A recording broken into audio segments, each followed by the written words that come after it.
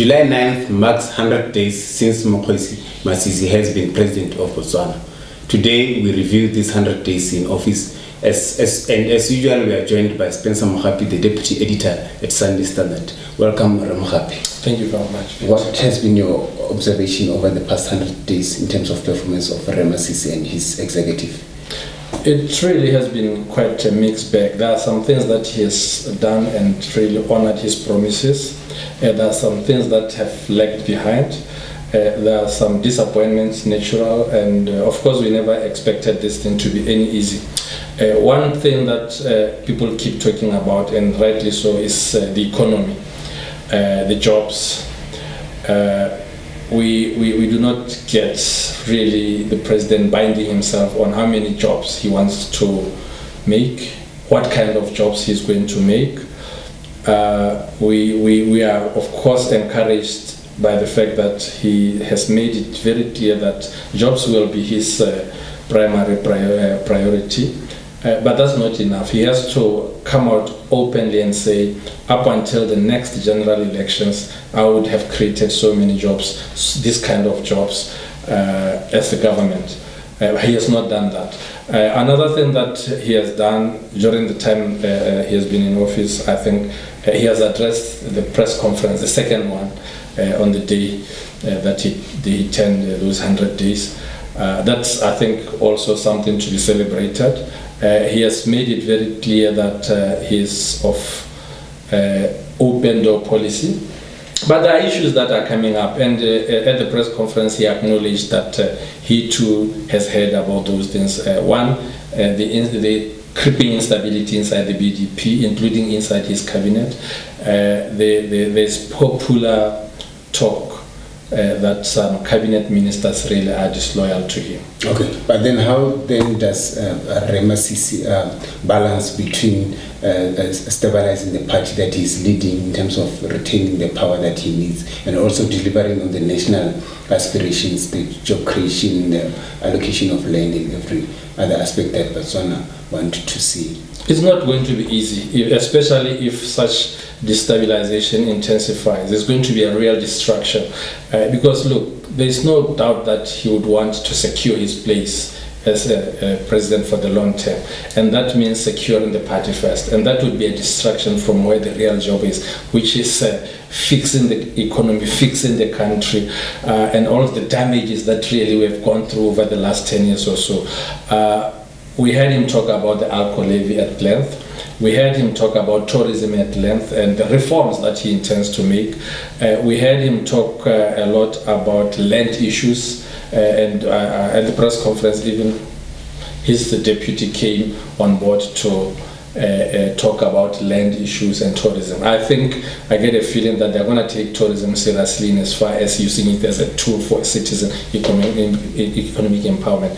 As of now, there are big issues and question marks surrounding tourism. As much as it continues to make a lot of input into the economy, not many citizens really are involved in it in the way that is at ownership. That is the problem. Okay. One of the things that he came out to say today at the press conference was that let any other BDP member who want to stand for any position come out and show that. Do you think he really means that?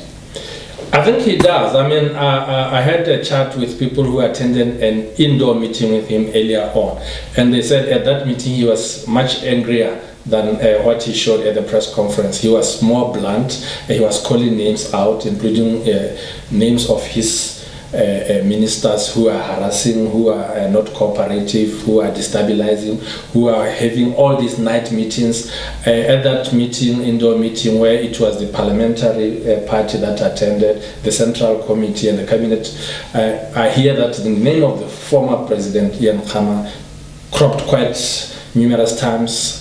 He's acknowledged that he's really not moved away and given Masisi space. I think going forward, people are going to demand that Khama should give Masisi enough space to either succeed or fail, as Khama was given space by people like Aramogai before him.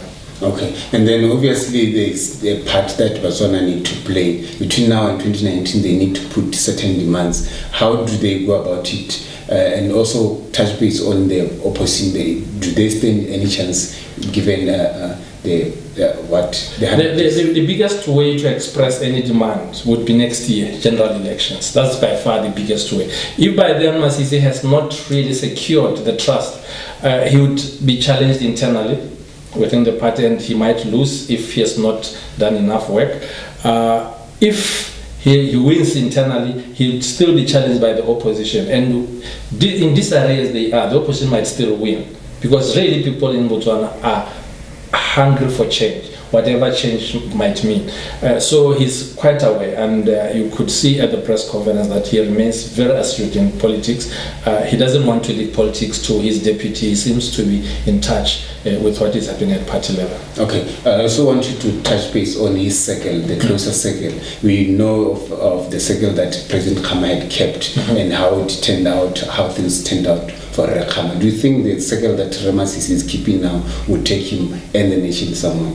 Look, for him, he believes that he can do it on his own, but he has somebody who he trusts most, which is the deputy, wrestler Baatweng. I'm really impressed by the trust that he puts in his deputy. We've never seen that before. What used to happen under Khama was that his cartel from the army, if I may call that, was running the show, even eclipsing the vice president, and that is not happening under Masisi. You can see that it's him, and after him is his deputy, and then we'll follow his usual suspects who are always hanging around, the small guys. But also there is the Secretary General of the party, who seems to be giving him some fair authority that he needs, which is good. Other than that, it is the cabinet. I'm worried that he doesn't seem to me to be trusting his cabinet minister so much. Okay, so before we close, let's speak on, if you were to give an advice to Masisi going forward, we are counting on 1 day from tomorrow, what would you say to him? I would advise him to do what he mentioned, which is to review the constitution, so that more people who are not necessarily from parliament can become ministers. He touched on it. He said he was thinking aloud. But that is very, very important. In fact, we have a long call for that people who are not in parliament should be allowed into cabinet. Okay. This marks the end of the segment, which is part of our build-up to the 2019 general elections. For now, let's thank Mogapi for coming through. Thank you, Mogapi.